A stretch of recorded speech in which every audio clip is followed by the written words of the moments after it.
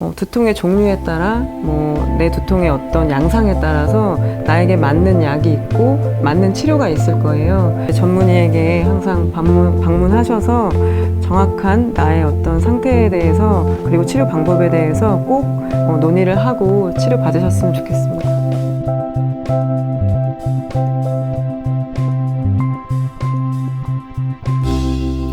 두통에 대해서 계속해서 알아보고 있는데요.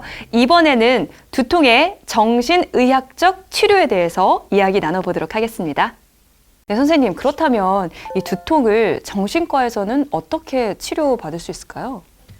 우선 기본적으로 다양한 과에서 시도하는 약물 치료는 당연히 시행을 할 거고요. 그 외에 더 불어서 이제 두통을 일으킬 수 있는 어떤 스트레스에 대한 스트레스 조절 치료에 들어가게 되는 거죠. 아까 말씀드린 것처럼 두통에서는 사실 스트레스 자체가 두통을 일으키기도 하고 악화시키기도 하고요. 그리고 그 두통이 지속됨으로써 오는 우울, 불안, 불면 이런 증상들이 있을 수 있고, 또 기존에 우울, 불안, 불면으로 치료 중인 분들이 두통이 자주 오는 경우가 많기 때문에 이런 스트레스 조절에 대한 다양한 치료를 시도를 합니다. 네. 거기에는 보통 인지행동 치료, 그리고 이완요법, 이런 어떤 행동 치료가 주가 되죠. 그러면 이런 심리 치료나 이완 훈련 같은 게 또 도움이 많이 된다는 건가요? 네, 그렇습니다. 그렇다면 정신건강의학과에서 행동 치료는 어떤 걸 의미하나요? 행동 치료는 쉽게 얘기하자면 어떤 질병이나 어떤 통증을 악화시키는 잘못된 습관을 교정해서 줄이고, 그 병이나 통증을 호전시키는 좋은 습관은 더 강화시키는 치료를 이야기합니다. 그래서 두통의 경우에는 이제 이완요법, 그리고 바이오 피드백, 그리고 인지행동 치료 등이 이 행동 치료에 속하게 돼 있죠. 네. 그러면 어떤 분들에게 좀 효과적일까요? 보통은 가장 효과적인 것은 약물 치료와 함께 행동 치료를 시행하는 때라고 되어 있고요. 약물 치료에 좀 제한이 있는 분들이 있어요. 예를 들면 임산부라던가 아니면 신장 기능이나 간 기능이 안 좋아서 약을 먹기가 부담스러운 분이랄지, 예전에 이제 이런 계통의 약을 드셔보셨는데 부작용을 크게 경험한 분이랄지, 아니면 약 먹는 것 자체를 그냥 싫어하시는 분도 사실 많거든요. 그런 분들한테는 더 도움이 될 수 있겠죠. 아까 전에 행동 치료 그 3가지 말씀하셨는데 하나하나 좀 더 자세하게 좀 짚어보고 싶어요. 네, 먼저 그 이완 훈련은 또 어떤 훈련인가요? 네, 이완 훈련은 쉽게 얘기하자면 우리 몸의 이완, 긴장 이런 것들을 조절해주는 자율신경계가 있는데요. 이 중에 이완되는 부분을 더 강화시켜서 너무 긴장하지 않게 몸을 만들어주는 거고요. 그렇게 되면은 이제 통증에 대한 민감도가 떨어지기 때문에 이제 이런 요법들을 시행을 하는 겁니다.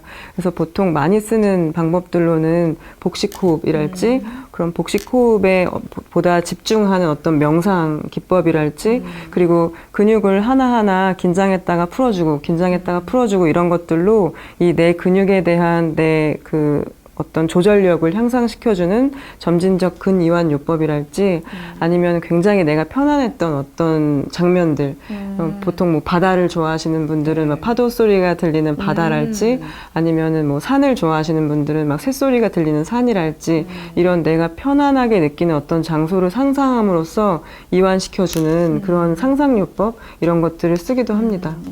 그러면 그 다음에 이제 바이오 피드백은 어떤 건가요? 바이오 피드백은 이제 피드백이라는 건 사실 내가 어떤 활동을 했을 때 그거에 대해서 지금 어떻다, 지금은 어떻다, 이런 식으로 어떤 답을 주는 거잖아요. 그거에 대한 그런 것들 얘기하는데, 이제 바이오라는 뜻은 우리 몸에 이제 신체 어떤 지표들, 예를 들면 심박수가 될 수도 있고요, 아니면은 근육 긴장도가 될 수도 있고요, 아니면은 땀 분비 정도가 될 수도 있고요, 혹은 뇌파 소견이 될 수도 있습니다. 그래서 이런 바이오 시그널들, 어떤 생체 신호들을 장치에 내 몸을 이렇게 연결을 해서, 선이나 이런 것들을 연결을 해서 지금 만약에 이완을 하는 상황인 것 같다라고 한다면 지금 당신은 이완 상태입니다라는 어떤 그 화면을 제시를 해주는 거예요. 그리고 내가 긴장한 상황이다. 그럼 당신은 지금 긴장해 있다라는 어떤 그 피드백을 주는 거죠.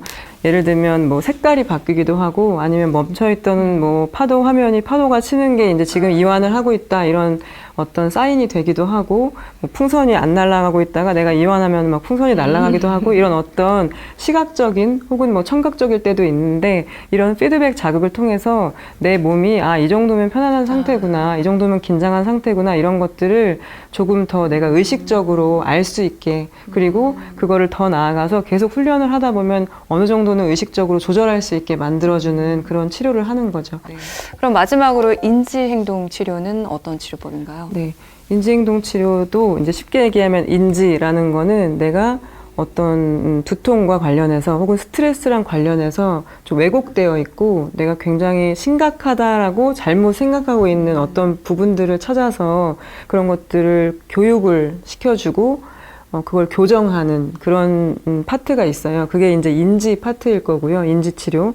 그 다음에 이제 행동 치료에서의 그 행동 파트는 이제 그 아른 지식을 바탕으로 이제 일상생활에 적용을 해보는 거죠. 그래서 스트레스가 왔을 때 혹은 두통이 왔을 때 내가 그 인지적으로 배운 걸 토대로 어떻게 바꿔보면 이게 나에게 두통이나 스트레스를 완화시켜줄 수 있었는지를 실제로 적용해보고 안 되는 부분은 다시 다음 시간에 다시 논의를 해서 또 왜곡된 인지를 교정하고 또 집에 가서 연습해보고 인지와 행동 어떤 치료적인 요소를 결합한 치료라고 볼 수가 있습니다. 그래서 이런 것들이 꾸준히 반복을 하면 보통 뭐 10회기, 12회기 이렇게 하는 경우가 많은데 반복을 하면 나에게 더 적응적인, 더 두통을 줄일 수 있는 쪽으로의 인지와 어떤 습관이 만들어지는 거죠.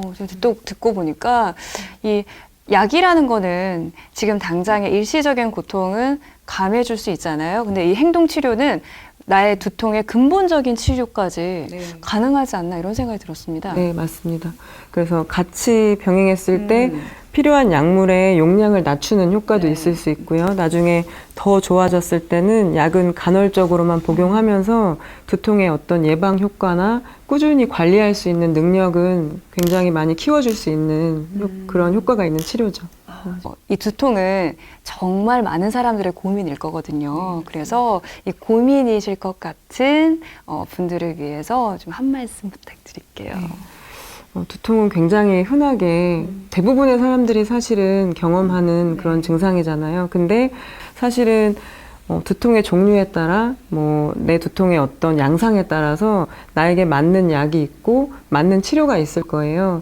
근데 그런 것들을 혼자서는 선택하시기가 사실 어렵고 의사 처방 없이 처방받을 수 있는 약물이나 혹은 비약물적인 치료는 한계가 있기 때문에 이제 전문의에게 항상 방문하셔서 나의 어떤 상태에 대해서 그리고 치료 방법에 대해서 꼭 논의를 하고 치료 받으셨으면 좋겠습니다. 네, 여러분 정신건강의학과에 방문하셔서 꼭 상담 받으시길 바랄게요.